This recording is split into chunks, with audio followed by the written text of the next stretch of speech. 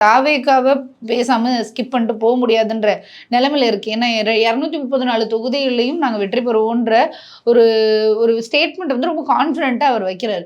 தொடர்ச்சியா கட்சி ஆரம்பிச்ச நாட்கள்ல இருந்து இன்னைக்கு வரைக்கும் கிட்டத்தட்ட 3 வருடம் ஆயிடுச்சு. இன்னைக்கு வரைக்கும் அவருடைய ப்ரொபகண்டால முதல்ல இருக்கிறது அரசியல் எதிரி திமுகவை அடிக்கணும் அப்படின்றது. ஒரு புதுசா இப்போ இத்தனை வருஷம் அரசியல் நீங்க பார்த்துருக்கீங்க.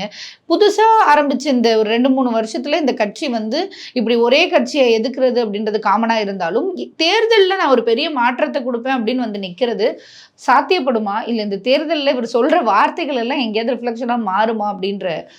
மெரினாவில் வந்து ஜல்லிக்கட்டு போராட்டம் நடந்த போது கட்டுக்கடங்காமல் லட்சக்கணக்கில் கூட்டம் வந்துச்சு.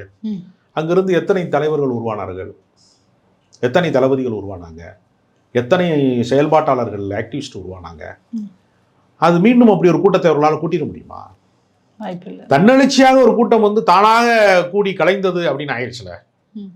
அப்போ லீடர்ஷிப்புங்கிறது ரொம்ப முக்கியமானது. கூட்டம் கூடுவதனாலேயே ஒருத்தர் வந்து பெரிய தலைவர் ஆயிட்டார் அப்படிங்கிறத நம்புவதற்கு 2 உதாரணம். மதிமுக தொடங்கும் போது ஏற்பட்ட கூட்டமும் ஜல்லிக்கட்டு போராட்டத்தில் வந்த கூட்டத்தை நம்ம பார்த்தோம். திரும்ப அதை நிகழ்த்த முடியாத அளவுக்கு அந்த தலைவர்களே வீக் ஆயிட்டாங்க.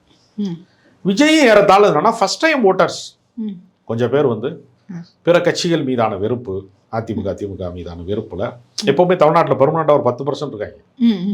அதிமுக வேணாம் திமுக வேணாம்னு சொல்லுவாங்க. அந்த வாக்கத்தான் ஃபர்ஸ்ட் பாமக அறுவடை பண்ணுச்சு, மதிமுக அறுவடை பண்ணுச்சு, தேமுதிக அறுவடை பண்ணுச்சு, அதுதான் நாம் தமிழரும் அறுவடை பண்ணுச்சு. அந்த சுழற்சி தான் இவருக்கு வரப்போகுது.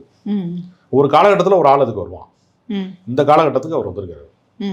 அதனால அது 10% இருக்கு. திரை கவர்ச்சியோட சேர்ந்து ஒரு 15% வரைக்கும் கூட சில நேரம் தாக்கத்தை உருவாக்கலாம்.